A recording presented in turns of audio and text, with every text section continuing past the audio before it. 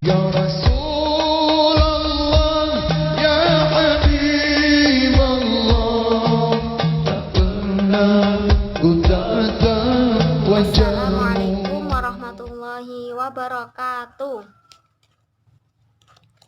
Selamat pagi anak-anak. Apa kabar hari ini? Alhamdulillah. Ibu absen dulu ya. Ahmad, Vika, Tika hadir. Fauzi, Mirna. Ya, alhamdulillah hari ini kita nihil ya. Baik, sebelum pelajaran ini kita mulai, mari kita berdoa bersama-sama terlebih dahulu ya. Berdoa mulai. Bismillahirrahmanirrahim. Raditu billahi robba wa bil islami dina wa bi muhammadin nabiyya wa rasula. Rabbi zidni ilma warzuqni fahma. Amin. Nah, hari ini kita akan belajar tentang iman kepada Rasulullah. Nah, apa itu iman kepada Rasulullah? Kalian udah ada yang tahu mengenai apa itu iman kepada Rasulullah? Udah ada belum? Ayo tunjuk jari yang udah ada. Belum ada? Baik, kalau belum ada, kita belajar bareng-bareng ya. Jadi, iman kepada Rasulullah ini merupakan rukun iman yang keempat, yang artinya apa? Meyakini dengan sepenuh hati bahwa Rasulullah itu merupakan utusan Allah yang ditugaskan untuk membimbing keselamatan manusia di dunia maupun di akhirat. Nah, jadi Nabi Muhammad ini merupakan nabi yang terakhir. Nah, dari kalian pasti masih ada yang bingung. Kok ibu tadi nyebutnya kadang Rasul, kadang Nabi? Lah, itu perbedaannya apa sih Bu? Kok disebut beda? Gini ya. Jadi Nabi dan Rasul itu sama, beliau tetap satu orang, cuma Nabi Muhammad itu mempunyai dua kesanggupan. Kesanggupan yang pertama itu disebut Nabi, karena disebut Nabi itu saat menerima pemberitahuan atau risalah dari Allah. Nah, kesanggupan yang kedua itu disebut Rasul, karena Rasul itu menyampaikan risalah kepada manusia. Nah, jadi kesimpulannya Nabi dan Rasul itu sama, beliau tetap satu orang, cuma disebut Nabi dan Rasul itu karena untuk membedakan kesanggupan tersebut, gitu ya. Dari sini ada yang mau ditanyakan atau ada yang kurang paham? Belum ada. Baik, kalau belum ada, ibu lanjut ya. Nah, dari situ kita mengetahui, kita sadar bahwa kita sebagai seorang muslim, kita wajib mencintai dan memuliakan Nabi Muhammad. Dengan cara apa Bu? Dengan cara mentaati peraturannya. Yang kedua, menjalankan perintahnya. Dan yang ketiga, berhukum dengan ahlus sunnah wal jamaah. Selanjutnya membahas tentang akhlak kepada Rasulullah, berakhlak kepada Rasulullah.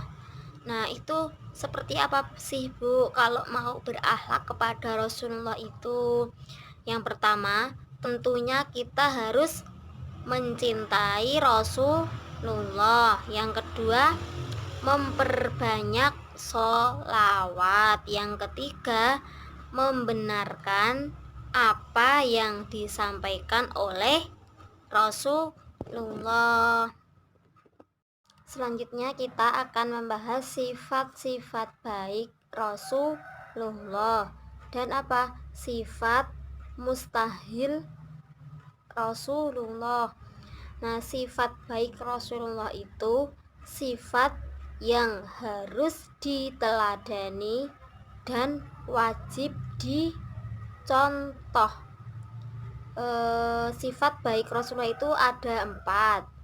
Yang pertama itu sidik. Sidik itu artinya jujur. Jujur dalam artian apa? Jujur dalam artian Nabi Muhammad itu tidak pernah berbohong dalam menyampaikan risalah dari Allah. Nah, Nabi Muhammad itu selalu menyampaikan kepada manusia. Yang kedua ada apa? Yang kedua amanah. Amanah itu artinya dapat dipercaya. Artinya Nabi Muhammad itu selalu dipercaya oleh Allah dalam hal menyampaikan dan menerima risalah dari Allah. Nah, Nabi Muhammad itu jika diberi amanah maka beliau tidak berkhianat. Jadi benar-benar disampaikan kepada manusia, tidak dikurangi dan tidak dilebihi. Nah, tidak seperti halnya manusia. Kadang juga ada manusia yang tidak amanah, ada yang amanah, dan kadang tidak kedua-duanya. Itu karena apa? Karena lupa, karena manusia itu tempatnya lupa dan salah. Nah, misal contohnya gini, ibu menyuruh kepada si B untuk menyampaikan ke si A, nanti tolong sampaikan ke si A buat datang ke ruangan ibu, misalnya gitu. Tapi si B tidak menyampaikan amanah ibu kepada si A, begitu ya. Kemudian yang nomor 3 itu tablik. Tablik itu menyampaikan. Artiannya apa? Dalam artian apa? Nabi Muhammad itu jika diberi amanah, jika diberi risalah kepada Allah, Nabi Muhammad itu pasti menyampaikannya kepada umat manusia. Beliau tidak menyembunyikan risalah tersebut buat dirinya sendiri. Jadi Nabi Muhammad juga tetap menjalankan perintah Allah. Selanjutnya nomor 4, fatonah. Fatonah itu cerdas. Nah, keempat inilah sifat-sifat baik yang dimiliki oleh Rasulullah yang dicontohkan kepada manusia agar manusia mau menyontoh dan wajib menteladani dan mencontoh sifat-sifat baik Rasulullah tersebut. Nah, selanjutnya sifat mustahil Rasul. Apa itu sifat mustahil Rasul? Sifat mustahil Rasul itu sifat yang tidak boleh dicontoh, sifat yang tidak boleh diteladani. Karena apa? Karena sifat mustahil ini merupakan sifat yang buruk. Sifat mustahil ini juga ada 4, seperti halnya sifat baik Rasulullah, karena ini merupakan lawanan. Sifat baik ini merupakan lawanan dengan sifat mustahil. Nah, sifat mustahil itu juga ada 4. Yang pertama kasib. Kasib itu artinya dusta. Khianat itu artinya tidak dapat dipercaya. Khitman itu artinya menyembunyikan. Balada artinya bodoh. Nah, Ini dinamakan lawan kata ya. Ini tidak pernah dilakukan oleh Rasulullah. Nah, jujur lawan katanya dusta, dapat dipercaya lawan katanya tidak dapat dipercaya, menyampaikan lawan katanya menyembunyikan, cerdas lawan katanya bodoh. Nah, jadi sifat-sifat yang pernah dilakukan oleh Nabi Muhammad itu hanya 4 ini, dan yang ini tidak pernah ya, ini cuma untuk melawan katakan saja. Terima